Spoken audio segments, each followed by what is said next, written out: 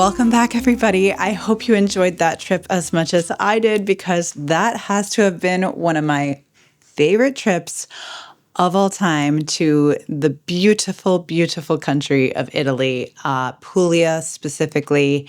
And that trip was as much a joy for me to watch because it was one I took in 2014.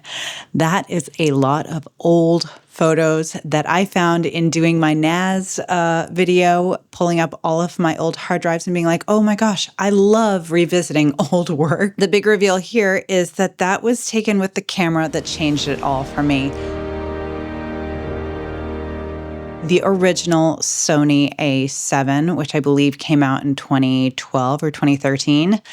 That camera was a game changer. And it has a little backstory for me because my uncle, who was a sort of well-known portrait photographer in the Bay Area for the majority of his career, I went to visit him in Joshua Tree. He was sort of going from the Bay Area after like 30 years, was planning to move to Japan and wanted to do a year in Joshua Tree because he had this lifelong dream of living in the desert. And he told me about his favorite camera, which at the time was the Sony A99. I wasn't really that deep into photography. I was doing a lot of film at the time, but it was in my brain. It was percolating like, oh, interesting, Sony. Like, who would have thought?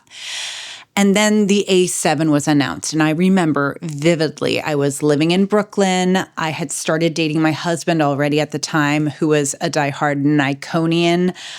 He was shooting all Nikon.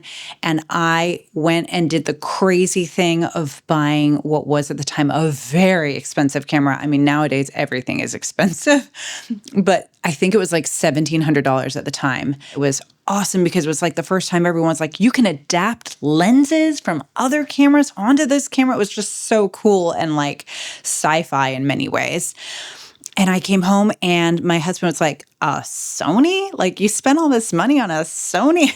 Lo and behold, like I think a few months later, he picked one up as well. And we both shot that original A7 for so long as our like personal cameras, loved them to death. Now, as revolutionary as that camera was at the time, it was very much like a beta product. It had some flaws. And I just remember certain things just driving me absolutely nuts. I mean, the autofocus was challenging at times.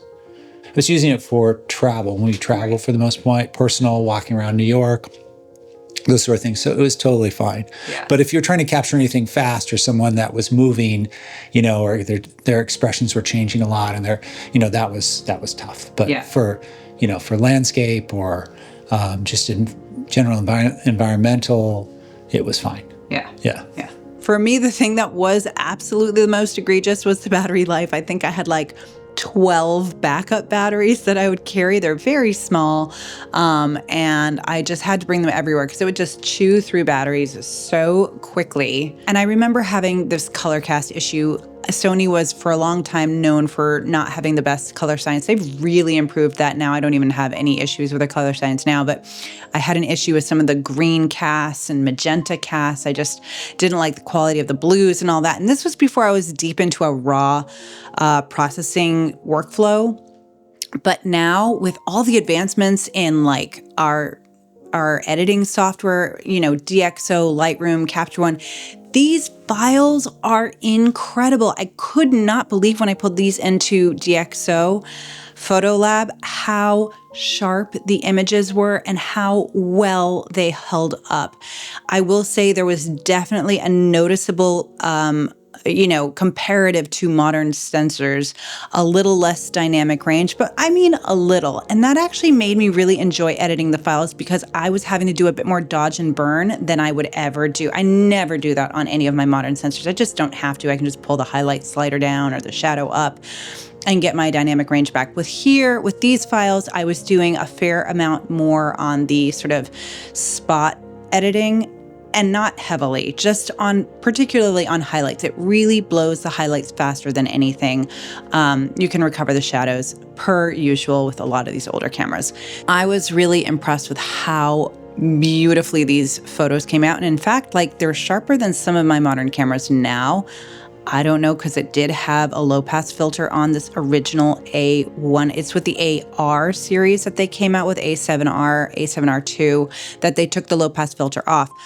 But with the original A7 and even the A7 II, I believe, they had low pass filters, and yet these files are so sharp, and they are gorgeous. Now, I shot every one of these photos with two lenses that I had, which was the 35 Zeiss 2.8 Sony lens, their collaboration with Zeiss, and the 55 millimeter 1.8 Zeiss Sony lens. Both are, to this day on Sony cameras, my favorite lenses. That has not changed in 11 years or whatever it's been. It has 24 megapixels, so totally decent, definitely holds up today. In the A7 II, which shares the exact same sensors but has the improved processor, those two cameras were different in that beyond the processor, the second version did have IBIS in it. Question of whether that would be working in today's era. These cameras do have a reputation for having some technical issues after all of this time. The original A7 is the lightest of all the cameras they ever produced in the A7 lineup. It is a delight to hold. It has a button right on top for kind of a very vintage feel. They improved the ergonomics. It is more comfortable and more enjoyable to shoot the A7 II, where they moved the shutter button down a little bit onto the grip, but I love the form factor and the weight of the original A7. Obviously, no 4K, and the 1080 video is kind of soft, to be honest. So I wouldn't pick this up for filming, but you could certainly do it in a pinch. And these original A7s had just the direct flip up screen, which I love. That's a very photography first kind of a screen. It's not going to be something you want to go vlog with, but I absolutely love having that for a photo first camera. So overall, this is just an absolute slow joy to use, and I was so excited that I went ahead and bought the original A7. Ordered it. Now, I mentioned they have been known to have some technical issues, like electronic failures, button issues. I went to a trusted supplier, KEH, not sponsored, but I was like, I feel like I trust those guys. And so at least let me get, at a bit of a premium cost, a camera I know I can kind of count on. And it arrived, and immediately became apparent that it was not going to work properly.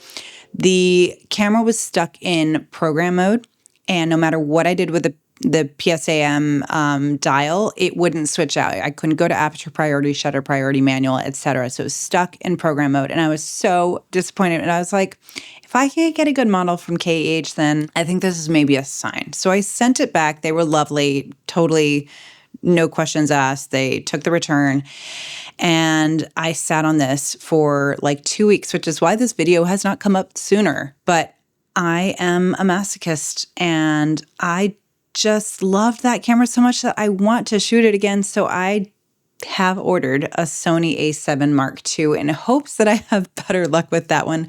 But I didn't want to hold up the video, so that camera will be with me in like a week, and I'll keep you posted if it disappoints or not. That's the story of the Sony A7. You guys had asked what I had been posting, and now you know. And I'm filming on a completely new setup today, so I am eager to see what you think of this video. How did it look? I can't see myself, so you'll have to let me know what the video looks like in the comments. It's not a video camera, so now you have that clue.